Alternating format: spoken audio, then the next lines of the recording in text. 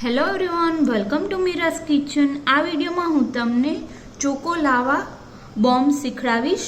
એની recipe share કરીશ અને બહુ જ ફાઇન આ રેસીપી બનશે. પ્લસ તમારા કિડ્સને બહારની કેક અથવા તો કપ કેક ભાવતી હોય તો તમે આવી રીતના એને સર્વ કરશો તો એ બહારનું ભૂલી જશે અને તમારી પાસે ડિમાન્ડ કરશે કે તમે ઘરે બનાવી આપો. જોઈને જ મન થઈ ગયું ને, તો ચલો જોઈ લે રેસીપી. તો એના માટે અત્યારે મેં ઘઉંનો લોટ લઈ લીધો છે, હાફ કપ જેટલો. અત્યારે આપણે હેલ્ધી વર્ઝન બનાવવું છે એટલે મેં ઘઉંનો લોટ લીધો છે. તમે મેંદો લઈ શકો.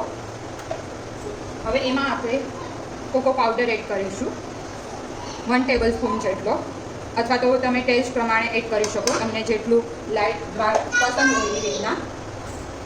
શુગર એડ કરી દઈશું 3 ટેબલ સ્પૂન જેટલી. શુગર પાવડર જ અત્યારે મેં લીધો છે જેથી કરીને પ્રોપરલી મિક્સઅપ થઈ જાય જ્યારે આપણે બેટર બનાવીશું ત્યારે. અને આ બહુ જ ઇન્સ્ટન્ટલી છે. પ્લસ તમારા બાળકોને જો આવી રીતના કેક અથવા તો મફિન્સ ખાવાનું મન થઈ ગયું હોય અને બહારના તમારે ના આપવા હોય તો તમે આવી રીતના ઘરે ઇઝીલી બનાવી અને એને આપી શકો અને આઈડિયા જ નહીં આવે કે આ તમે ઘરે બનાવેલા છે. એટલા ફાઇન બનશે આ બોમ્બ્સ. હવે એમાં થોડું આપણે બટર અથવા તો ઘી, અત્યારે હું ઘી એડ કરી રહી છું. 1 ટેબલ સ્પૂન જેટલું ઘી એડ કરવાનું છે.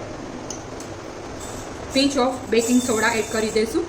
હવે આમાં આપણે જરૂર લાગશે એ પ્રમાણે મિલ્ક એડ કરતા જશું. રૂમ ટેમ્પરેચર ઉપર મિલ્ક અત્યારે મેં લઈ લીધું છે અને થોડું થોડું એડ કરતા જશું અને બેટરની કન્સિસ્ટન્સી પરફેક્ટ આવે ત્યાં સુધી આપણે મિલ્ક એડ કરવાનું છે. બહુ ઝાઝું એકસાથે નહીં એડ કરીએ, એ ખાસ ધ્યાન રાખવાનું છે.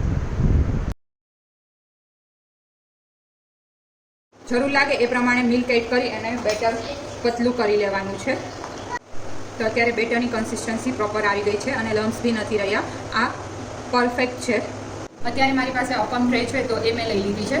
આ તમારી પાસે ના હોય તો તમે પેનકેક બનાવી શકો, અથવા તો તમારી પાસે ઢોકળિયું હોય તો એમાં તમે વાટકીમાં બી મફિન્સ ટાઈપ બનાવી શકો. થોડું એવું બટર અથવા તો ઘી અત્યારે એડ કરીશું કેમ કે અત્યારે આપણે જે બોમ્બ્સ બનાવવાના છે એ હેલ્ધી વર્ઝન આપણે ઘઉંના લોટમાંથી જ બનાવેલા છે, તો એના લીધે થોડું ચોંટવાના ચાન્સીસ રહે.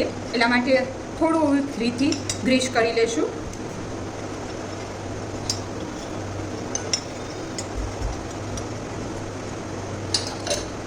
ગેસનો ફ્લેમ સાવ સ્લો જ રાખવાનો છે.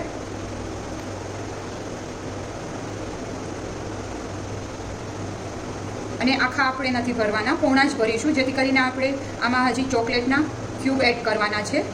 જો તમારે ચોકલેટ ક્યુબ એડ ના કરવા હોય તો તમે ફૂલ ફિલ કરી શકો.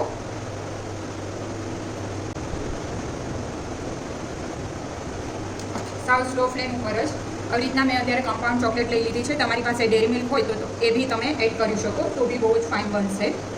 જેથી કરીને અંદરથી એકદમ ચોકલેટી ટેસ્ટ આવી જશે. ઉપરથી જરૂર લાગશે તો આપણે બેટર થોડું થોડું પોર કરી દઈશું.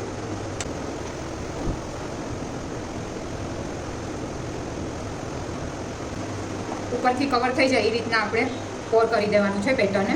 હવે એને આપણે ક્લોઝ કરી દઈશું અને સાવ સ્લો ફ્લેમ ઉપર 2 થી 3 મિનિટ માટે કૂક થવા દઈશું. તમે આવી જ રીતના રાગીના લોટમાં બી બનાવી શકો, એ બી બહુ જ હેલ્ધી વર્ઝન બનશે. તો હવે આપ જોઈ શકો છો ઉપરથી બબલ્સ થઈ ગયા છે, તો આ પરફેક્ટ સ્ટેજ છે. આને આપણે ટર્ન કરી લઈશું અને બીજી સાઈડથી શેકી લઈશું.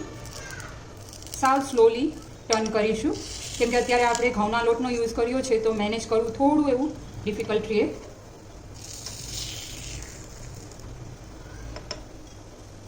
એવું હોય તો તમે સ્પૂનને ઘીથી ગ્રીસ કરી લેશો તો ઇઝીલી ટર્ન કરતા ફાવશે.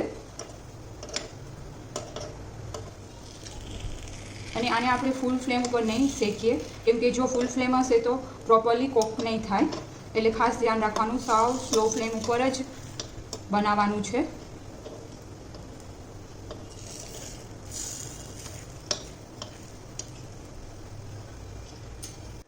પાછું લીડ ક્લોઝ કરી અને 2 થી 3 મિનિટ માટે કૂક થવા દઈશું. તો અત્યારે 3 થી 4 મિનિટ જેવું થઈ ગયું છે અને પ્રોપર કૂક થઈ ગયા છે. આવી રીતના ટર્ન કરી અને જોશો તો ઇઝીલી ખબર પડી જશે કે આ સાઈડ બી બ્રાઉનિશ કલર આવી ગયો છે, એટલે પરફેક્ટ કૂક થઈ ગયા છે. બેટર નથી દેખાતું જરા બી. ગેસ ઓફ કરી દઈશું. તો રેડી છે ચોકલેટ લાવા બોમ્બ્સ.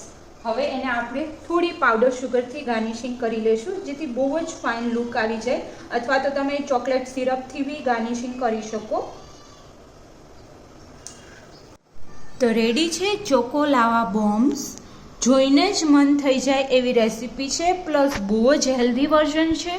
તો આપ બી આ ટ્રાય કરજો રેસીપી અને કમેન્ટ કરી અને જણાવજો તમને મારી રેસીપી કેવી લાગી એ. Thank you for watching my video.